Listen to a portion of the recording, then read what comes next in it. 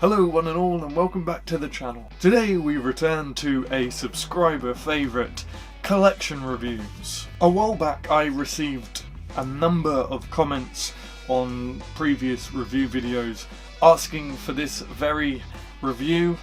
I just never really got round to it, unfortunately, until January or February time. Elif or Elif, I hope I'm saying that right, reached out directly and asked me to review her collection. And so here I am reviewing The Day I Saw the Red Butterfly, so let's dive right in.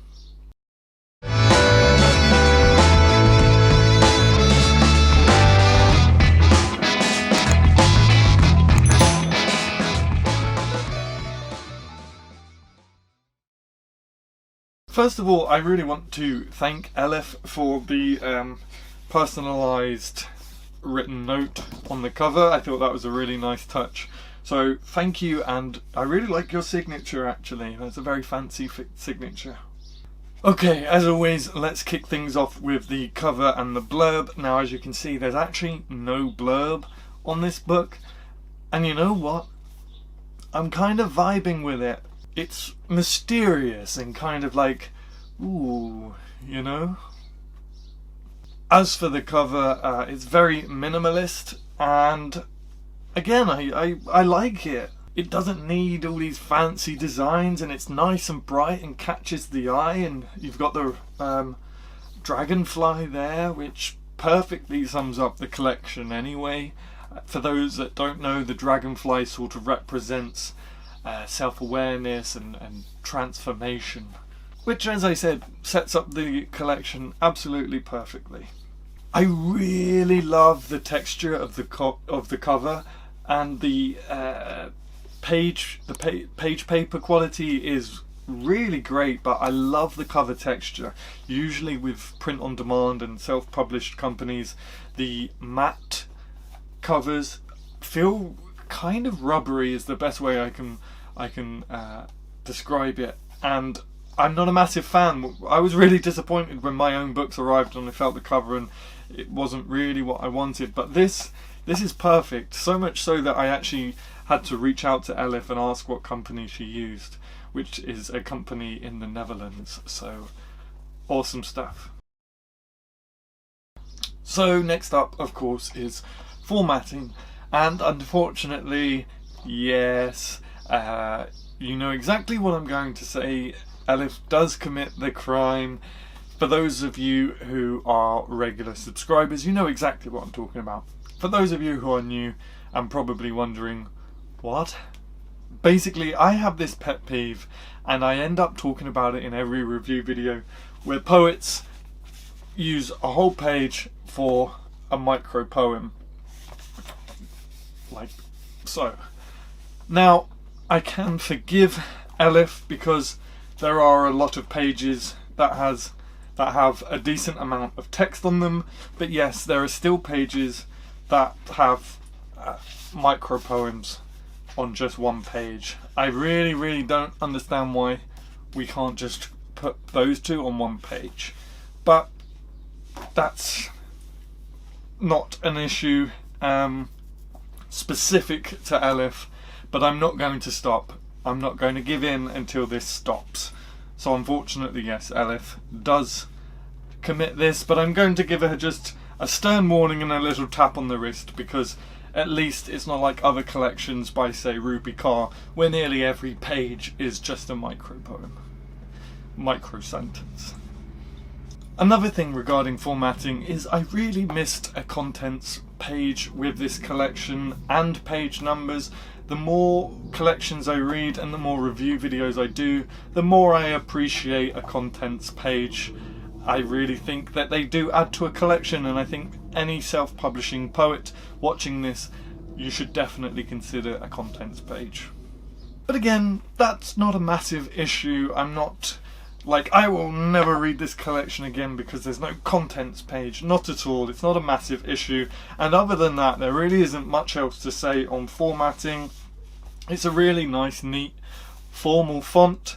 The alignment and the overall look of the collection is very nice, neat, structured, and very professional, so an absolute A-star for that. So let's move on to the juicy part, the poetry. And as always, I'm going to start with the opening poem. There is nothing as sad as olives being picked at their prime, then pressed for their juice, only to have their own processed oil poured back over them a little while later. Empty Harvest.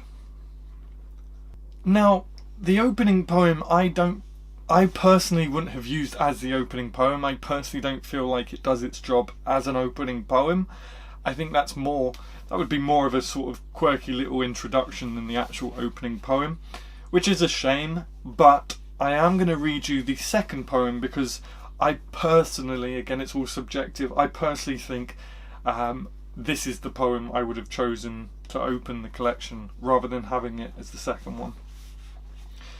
Chatting, giggling, laughing, loudly and carelessly, so impulsively, I don't notice the invisible wall, and so we crush. I hurt and nick, but you bruise and tear. There's blood smeared all over the wall. We bleed the same colour, and the hidden glass has revealed both its length and width, as well as its depth. You and I can overcome the wall, but you resent me for it, because that's how you've always lived, and I can't move without you. Stuck. The poetry in this collection actually really reminded me of the poems in my first collection, the poems that I was putting out when I first started in Poetry in Motion. And with that being said, that's because I get the sense in this collection, Elif, or Elif, I'm really sorry that I'm not getting that, Elif, I get the sense is really finding her feet and finding her way, not just with her poetry, but obviously within herself. And again, it all goes back to the Dragonfly. I think it's an amazing title. As I said before, it all really aligns. But yeah, I feel like she's really finding her way in this collection. A lot of the work in here feels very much like free flow experimentalism. But yeah, I can't say much more than that because Elif really sat down and spent a long time figuring out what this collection was going to be, and it just aligns perfectly. I'm really interested in seeing Elif mature as a poet and seeing where her words go, assuming that this is her first venture into publishing. It feels like it might be. I personally couldn't find a lot of background on her other than the Instagram page that I've got. I couldn't find a website or anything, so I'm assuming this is her first collection. I can see there being some seriously wise insights in her future work, and I think that she's got huge potential to fill some very big poet boots. She uses enjambment nicely, she uses lots of rhyming without it feeling too forced, and there's a wide variety of topics and themes in this collection. In some pieces I would have liked to see her go into more depth, but that just comes with experience, and I'm certain that will come if she keeps writing and keeps pushing and going down this path. So to summarise, this is a lovely little introduction to Elif as a poet, and I feel like she's got a very intriguing future ahead of her within the poetry community. Now that the first instalment is out and she's got this out of her system, it's very much a first poets collection, which we all do anyway.